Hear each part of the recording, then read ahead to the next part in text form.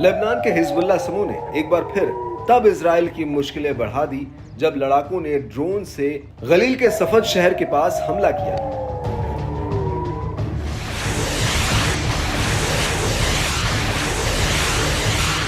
इस दौरान लड़ाकों ने एक इजरायली सैन्य अड्डे को निशाना बनाते हुए सीधा हमले का दावा किया। इससे बड़ी संख्या में इजरायली सेना के जवान हताहत हुए, जिससे इजरायली बलों को बड़ा झटका लगा है।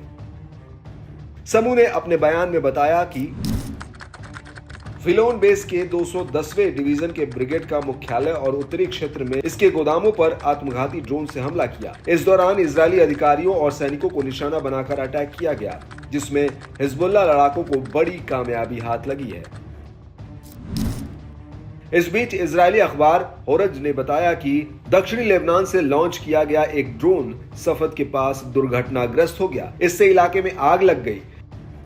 इससे एक दिन पहले समूह ने सफद के पास बेरिया बैरक में इजराइल के उत्तरी कमान के मुख्य वायु डिफेंस बेस पर कत्यूशा रॉकेट दागे थे, जो कि कफर जॉज घटना के जवाब में भी था। रॉकेट हमले के कारण सफद के कई हिस्सों में बिजली गुल हो गई। शहर के आसपास और बेरिया जंगल में भीषण आग लग गई।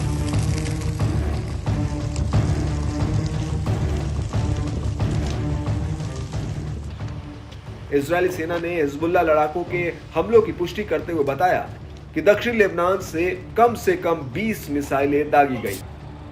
हिजबुल्लाह समूह ने बयान जारी करते हुए बताया कि यह कार्रवाई दक्षिणी लेबनान के नब्ती के पास कफर जॉज शहर में इजरायली सेना के नरसंहार का बदला लेने के लिए की गई थी।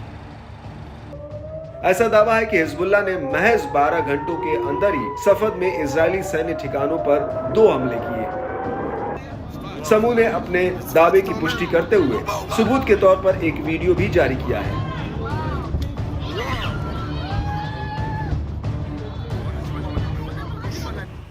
बताया जा रहा है कि हिजबुल्लाह के हालिया हमले इजराइल के साथ बढ़ते तनाव के बीच हुए हैं।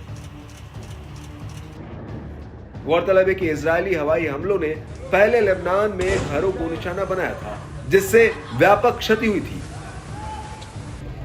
लेबनान के स्वास्थ्य मंत्रालय ने बताया कि कफर जॉज पर इजरायली ड्रोन हमले में एक बच्चे समेत 3 लोगों की मौत हुई, जबकि 3 अन्य लोग बुरी तरह घायल हो गए।